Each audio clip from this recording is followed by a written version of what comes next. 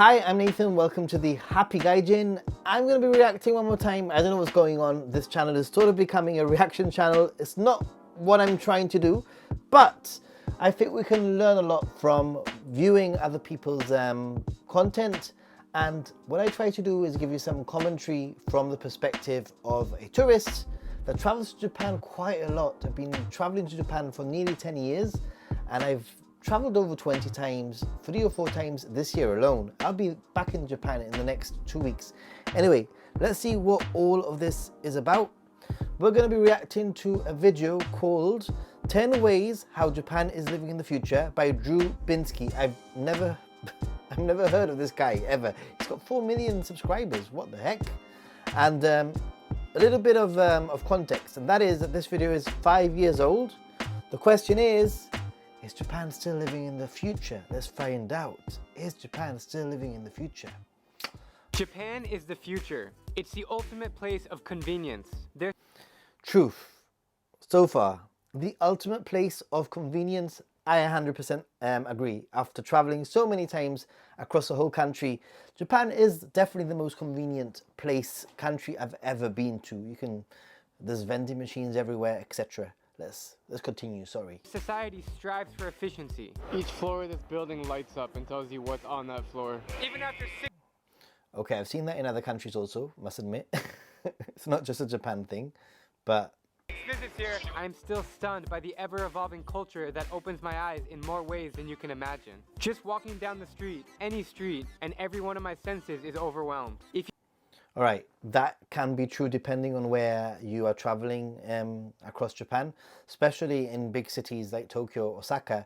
Neon lights, signs, everything, sounds can be a little bit overwhelming. Definitely, I agree with that. If you've ever seen Lost in Translation, that movie perfectly depicts the feeling of Tokyo. Much like Bill Murray, I am lost in translation here, but I... All right. I guess so. Absolutely love it. Konnichiwa. Japan is different. It's electric, it's sexy, it's tasty, it's confusing, but above all, it's futuristic. Okay, so it is a little bit of everything, and I guess it all depends on what you're looking for also. Some people are looking for culture. Some people don't even go to these big cities, and I met this guy that was traveling across Tohoku last summer, and he was like, no, I only travel to the Inaka, to the Japanese countryside. I don't hit any of those big cities. But yes, it can be all of those things, as he mentions.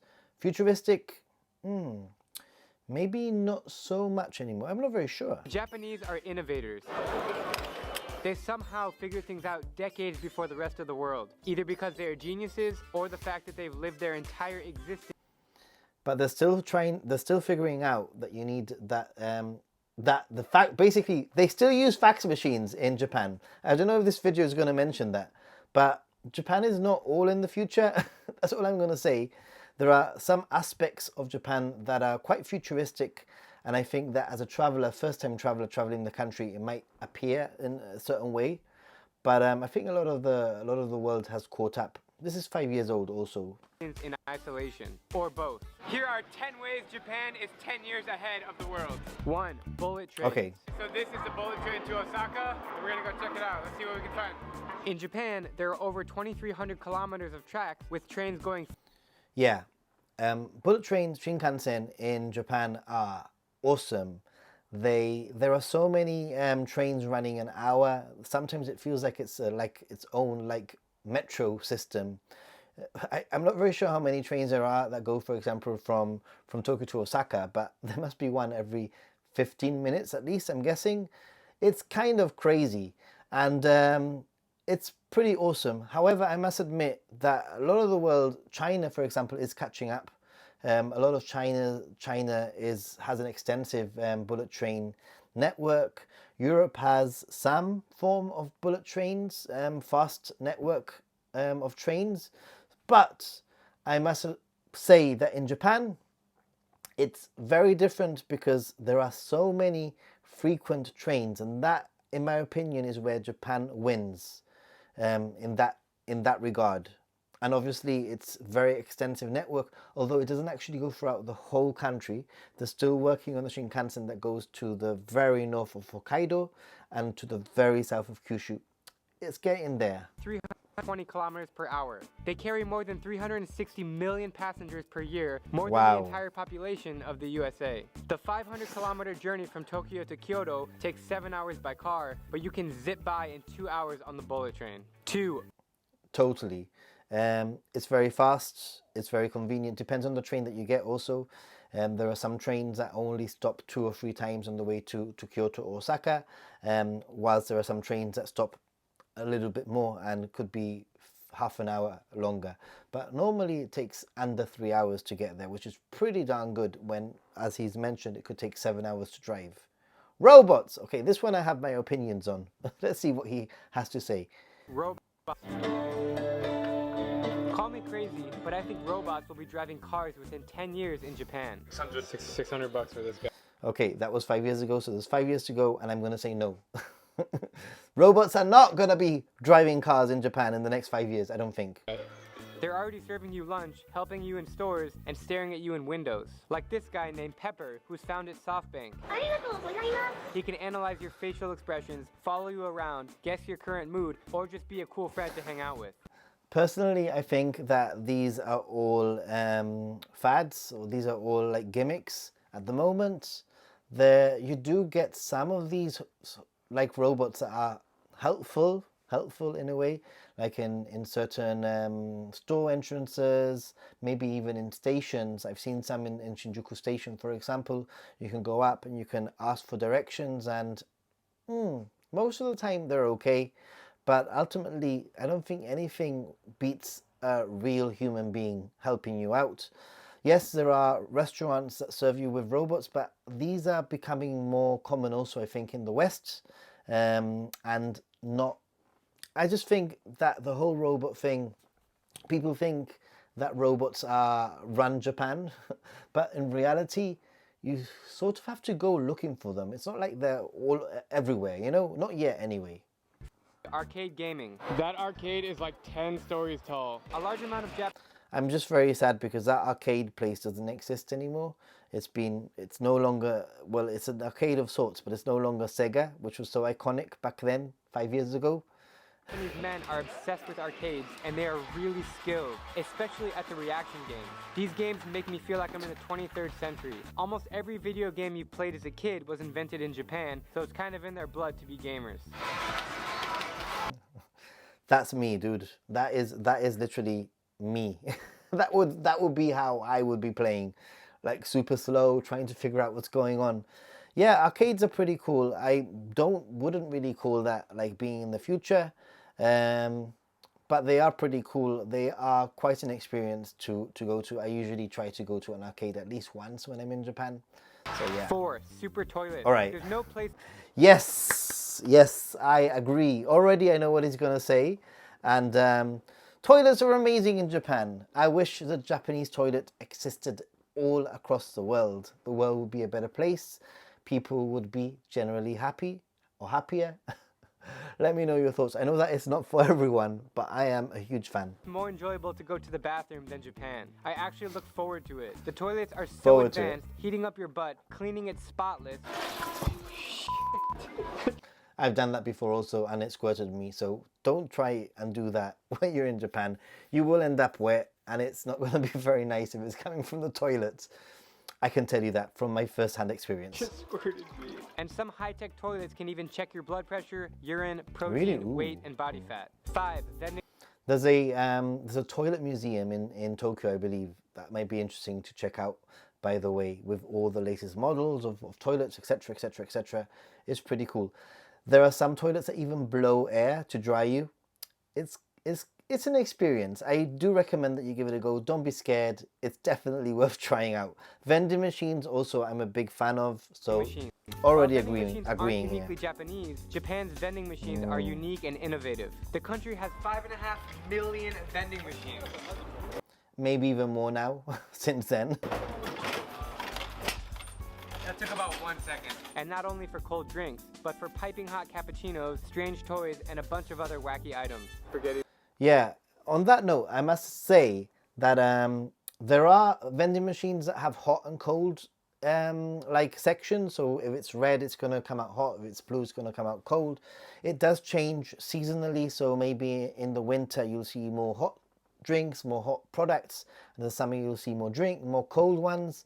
In terms of like wacky stuff, to be honest, from my experience traveling extensively around Japan, to find a strange vending machine, you do have to go out of your way. Maybe even do a web search to find some of these things. It's not like they're all over the place. They do exist. You do come across them every now and then. But 97, 98% of vending machines in Japan are going to be drinks, basically. No female panties, if you know what I mean. They do exist, but they're not like widespread. Bolognese sauce, just in case you want any carrots. Ice cream vending machine. And this one here sells popcorn.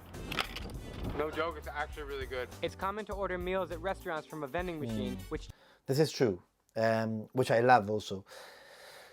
The only thing is that when you do try to order a meal from a vending machine, and what I mean is you get you are basically choosing what you're going to have in the restaurant, and then you're given a ticket, and then you exchange a ticket at the restaurant, for example a ramen shop, and you've already paid for it. It just saves on having to pay at the end. It speeds things up.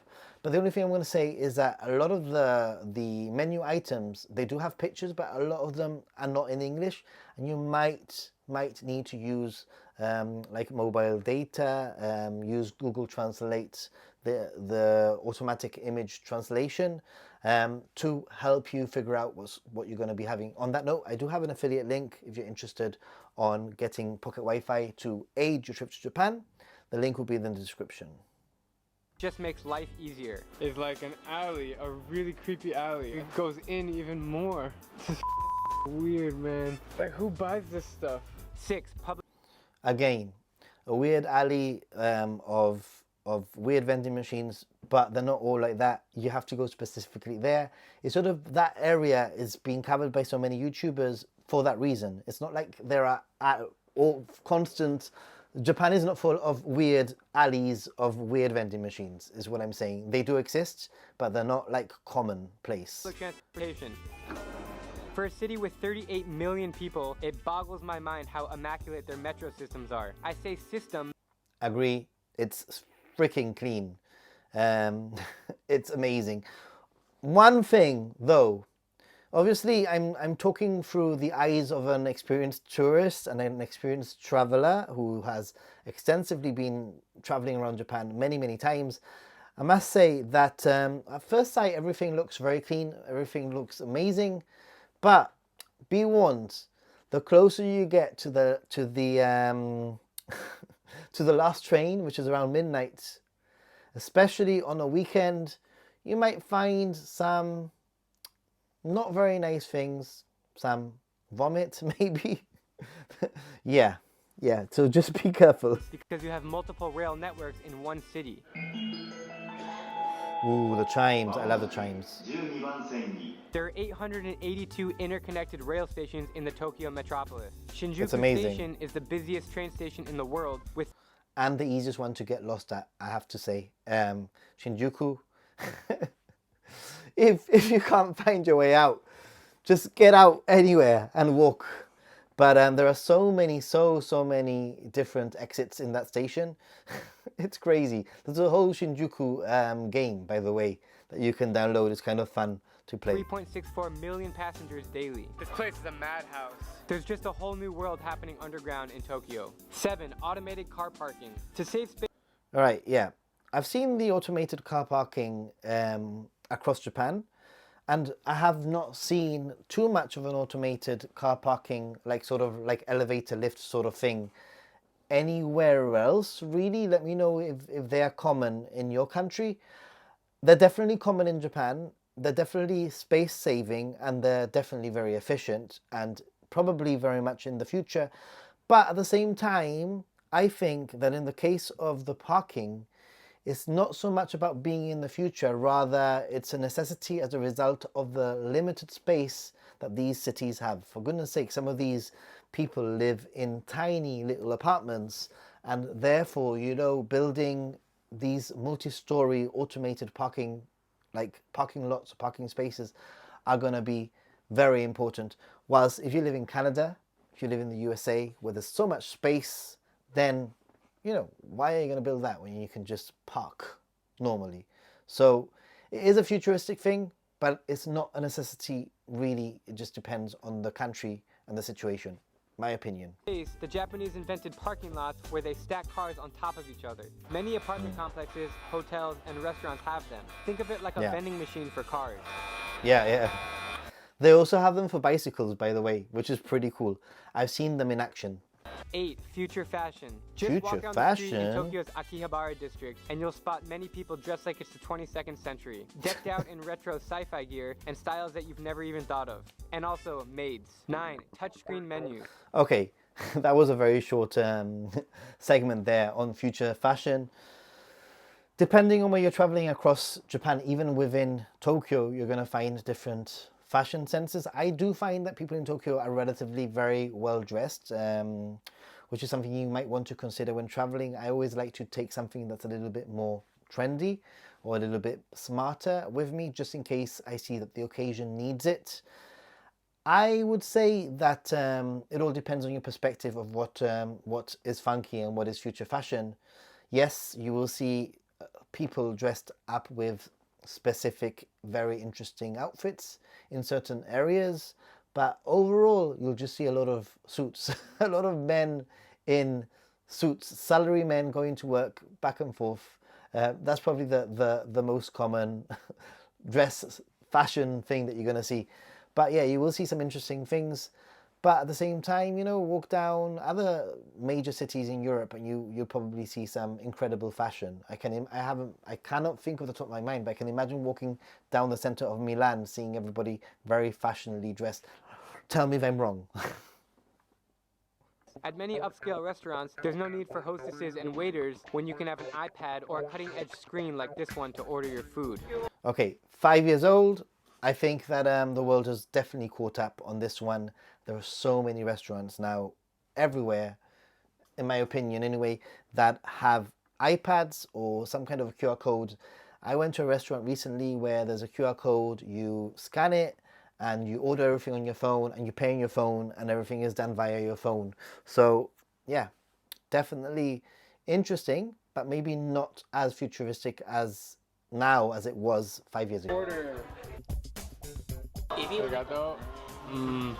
10. The little things. To touch on a bunch of other random things. Guys, Okay. I'm staying at a budget hotel. I just got out of the shower and it automatically cleans Yeah, well, I wouldn't say it automatically the cleans. window. So in the middle. I would say that it has an anti-fog system. It's a little bit warmer, so therefore it doesn't fog up, which is pretty cool. You'll find these in most hotels, but I think it's 50-50 from my experience. I've been to some hotels where they don't have them, and I've been to some hotels where they do. Some budget hotels have them, some budget hotels don't. It just depends on the hotel chain, but it's pretty nice, especially when you want to shave after a shower, which usually I shower and then I shave, because I have this thing where I think that my facial hair is going to be softer and easier to shave. I don't know if that's true or not, but yeah, pretty cool. I'm guessing you can get that here in Europe or in the States. Can you? Let me know. Below the street, they have these touchscreen things to get information. The heaters have fans Okay. waving over it to evenly spread the warmth. The taxis will All right. I wouldn't say that's in the future as such, but automatically open the door for you. yeah. Taxis. Yeah. That's a really good one. Taxis. The doors open automatically. Be careful, because the doors also close automatically, and if you're not careful, you could end up, you know, hurting your fingers because they literally slam. Taxi drivers don't like it if you try to open and close the doors. Just be aware of that fact. It's probably one of those things that people get caught out on And these vending machines are when on a traveling whole to new Japan, level. firstly. Oh, is that a vending machine? Those are pretty cool. Oh, so you pay with your MetroCard? While these things may exist in other countries, Japan takes them to a new level. These 10 reasons, among many others, are why I think Japan is the most futuristic country on earth. You gotta come here and... Yeah, I think, is it the most futuristic country? I think at first glance, on the surface, it might seem that way, but after traveling extensively around Japan, I think the number one thing that I would say is futuristic is the convenience of Japan as a whole. You can forward your luggage from hotel to hotel, meaning that you don't have to actually carry your luggage with you at a cost, obviously. The convenience stores are open pretty much 24 hours a day, and you'll be able to find anything from shoelaces to socks to thermal underwear to shirts to charging cables to fruits and veg and everything you can imagine. So there are vending machines everywhere. So in terms of convenience, Japan is incredible. Even in the convenience stores, you can actually purchase tickets to Disney, to Universal Studios, I believe, and all sorts of things. You can pay bills, and everything is super convenient. And in that respect, yes, Japan is definitely much better off than most places, I guess. But when it comes to the things that people think are obviously futuristic, like robots, I would disagree. I think that yes, there are robots. There are some restaurants that have some sort of robots, like waiter or like a device that comes to you with the plates on top. But overall, I don't think they're super common. I wouldn't say that it's something that you see everywhere. So is Japan living in the future? I don't know. You let me know. What do you think, guys? Do you think Japan is living in the future? Or do you think the world has caught up? Was Japan living in the future when this video was released 5 years ago? Have things changed in the world? Has the world caught up? I don't know, I wonder. I think, like I said, some things yeah, some things no. I'll keep an eye out on my next trip to Japan in under 2 weeks' time to see if Japan is really in the future. Don't forget to like, don't forget to hit the subscribe button. And thanks for your love and support. See you soon. I guess I'm doing the fist bump again, even though it's really lame. Bye.